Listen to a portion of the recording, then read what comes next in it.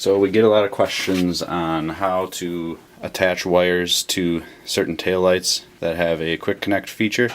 You don't actually need a wire harness for these lights. They're designed to be able to splice directly into your existing wire harness, and we will show you now how that works.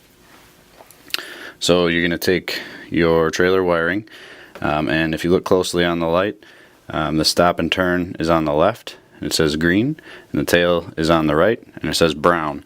So it's color coded, and it's very similar to an electrical outlet if you've ever wired in an outlet or a switch, in the sense that to attach the wires to the harness, all you're going to do is, attach the wires to the light is insert them into the larger upper hole, and they're going to stay in there.